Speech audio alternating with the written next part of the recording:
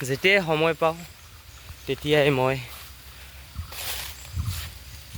মোৰ বাৰীত এপাক ভুমুকি মাৰোঁ।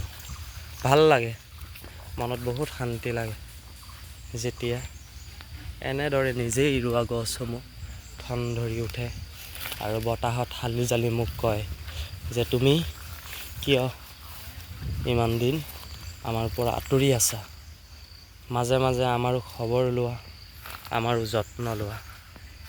কিন্তু ব্যস্ততা যেনেকুৱাই নহওক, কিন্তু নিজকো যে ভাল লাগে যে এনেদৰে ময়ো এদিনাখন কৈছিলোঁ যে জয় জৱান জয় কিষাণ। যদি জীৱনত এজন জৱান হ'ব নোৱাৰোঁ, তথাপিতো এদিন এজন ভাল খেতিয়ক হ'ম।